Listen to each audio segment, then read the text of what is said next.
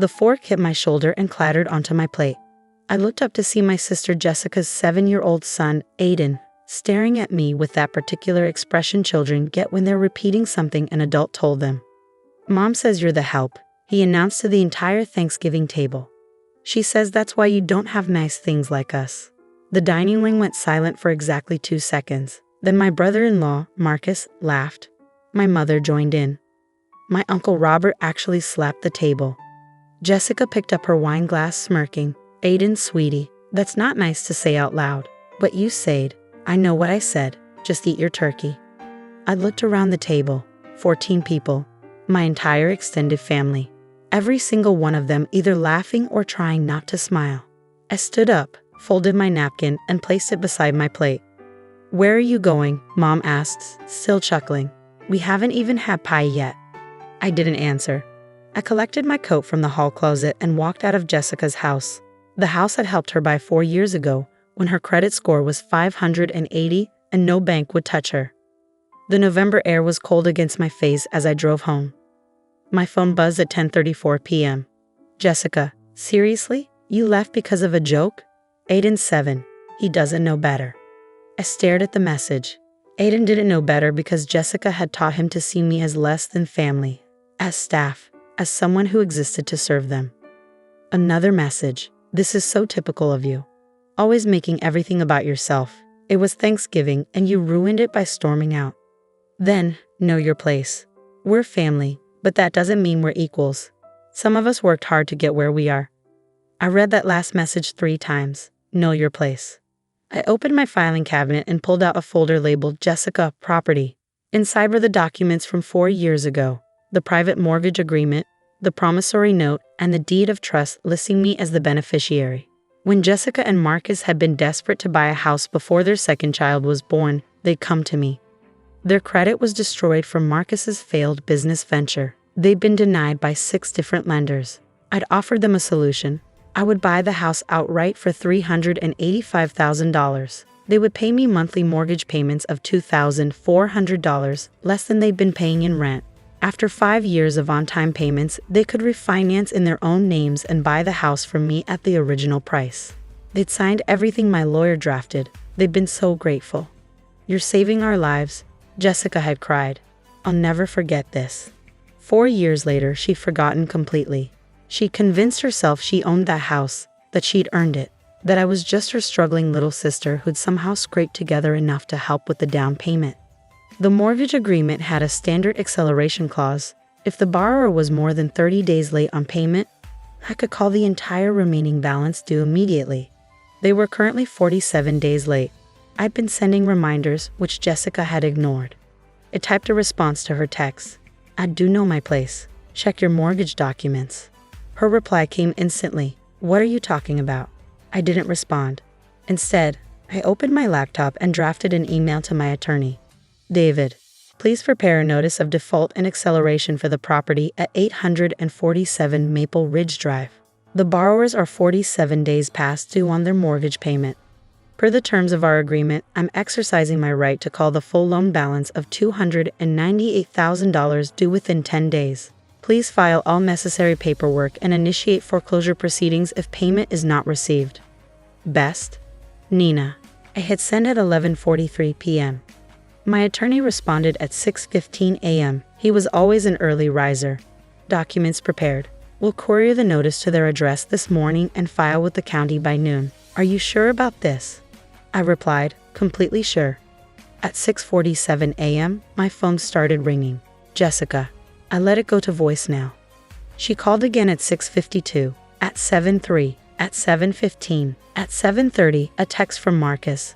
"Nina, what the hell is going on? Our bank just called saying our mortgage is in default and the full amount is due in 10 days. This has to be a mistake." I replied, "It's not a mistake. I'm your mortgage holder. You're 47 days late. I'm calling the loan due." Marcus, "You're our what?" Me, "Read the documents you signed 4 years ago. You don't have a bank mortgage. You have a private mortgage with me. I own your house." 3 minutes of silence. Then, "This is insane. You can't do this over a stupid argument at Thanksgiving." Me, "This isn't about Thanksgiving. This is about 47 days of missed payments and years of being treated like hired help by people living in a house I own. Jessica called again. I answered this time. Nana, please, this is crazy. We can't come up with $298,000 in 10 days. You should have thought about that before teaching your son to throw silverware at me. He's 7. Kids do stupid things.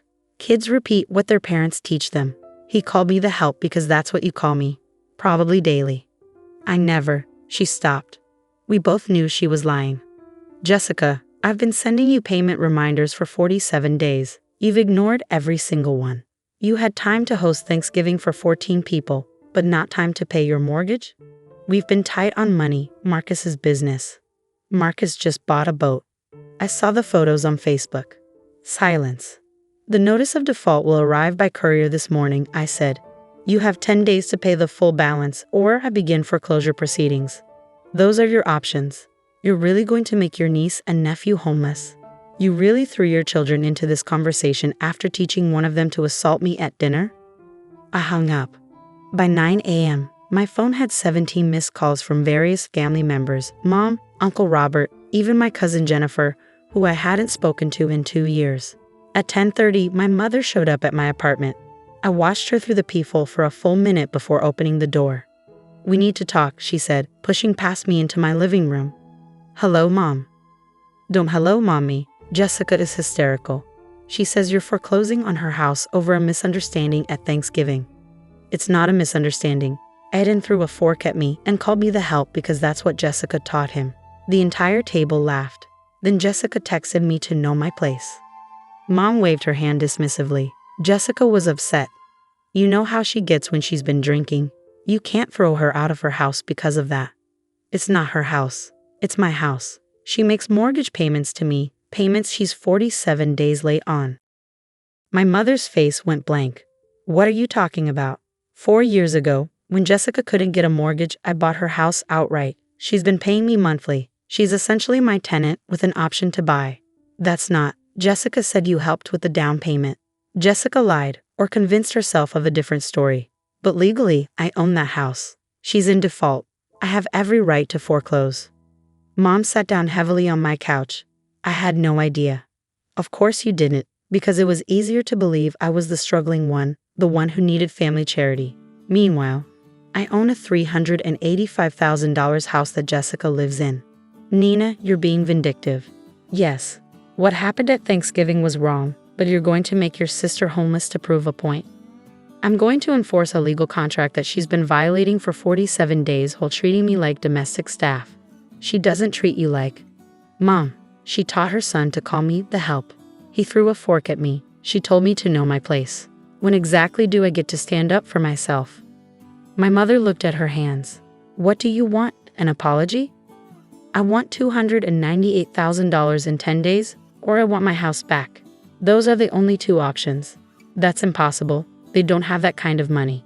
Then they should start packing. Mom stood up, her face hardening. You've become cruel, Nana. I don't know when it happened, but somewhere along the way, you lost your compassion. I lost my compassion around the time my family started treating me like I was beneath them, while living in a house I provided. She left without another word. Day 3 after the notice, Jessica's lawyer called my lawyer. They wanted to negotiate. David called me with the offer. They can pay $50,000 immediately and resume monthly payments, including catching up on the late payments over 6 months. They're asking you to withdraw the acceleration.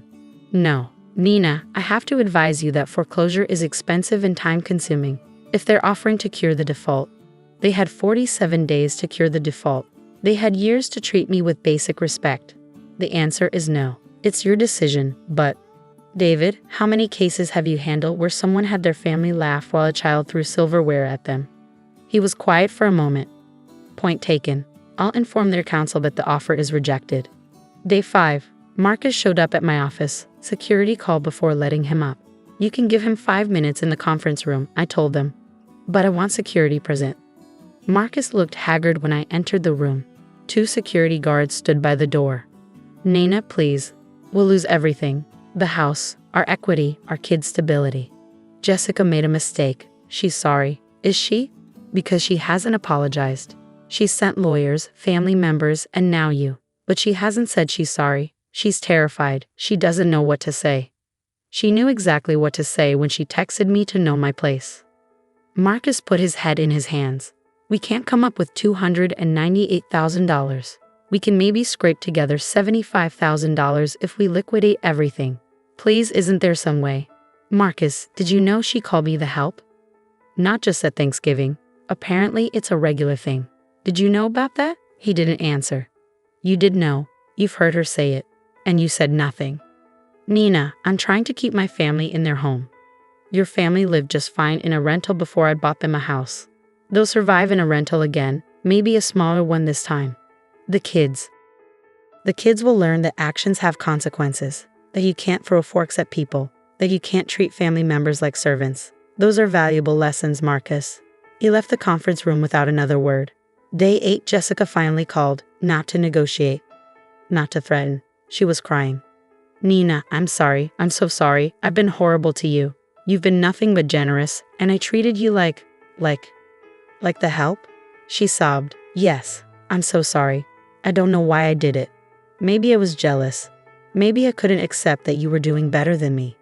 Maybe I needed to believe you were beneath me, because otherwise I'd have to admit I needed you. I sat in my apartment, phone pressed to my ear, listening to my sister cry. I taught Aiden to disrespect you, she continued. I made fun of you to my friends. I told everyone you were struggling when you were the one keeping us afloat. I'm a terrible person. Yes, I said quietly, you were. Was. I'm not foreclosing, Jessica. Silence on the other end. I'm restructuring your loan. You'll pay $2,800 per month instead of $2,400. That's the current missed payments spread over the remaining term. You'll pay on time every month. And at the end of 5 years, you can still buy the house from me at the original price. Nina, I don't understand. I'm angry. I'm hurt. But I'm not cruel. And I don't want Aiden and Emma growing up in rentals because their mother was awful at Thanksgiving dinner. Thank you. Thank you so much. I'm not finished. You're going to apologize to me in front of the entire family at Christmas dinner. You're going to explain what you did, what you said, and why it was wrong. You're going to tell everyone that I own your house and have been supporting you for 4 years. Nina, those are my terms. Monthly payments on time and a public apology, or the foreclosure proceeds. She was quiet for a long moment. Okay, I'll do it. And Jessica, if I ever hear you call me the help again, if I ever hear that Aiden has been taught to disrespect me, if you're ever even 1 day late on a payment, I won't hesitate next time. I understand. After we hung up, I called David and told him to withdraw the foreclosure proceedings and draft a new loan modification agreement. Then I sat in my apartment and thought about Thanksgiving dinner, about a fork hitting my shoulder, about 14 people laughing, about knowing my place. Some lessons cost $298,000 in stress and fear. Some lessons cost watching your sister cry as she realizes who actually holds the power.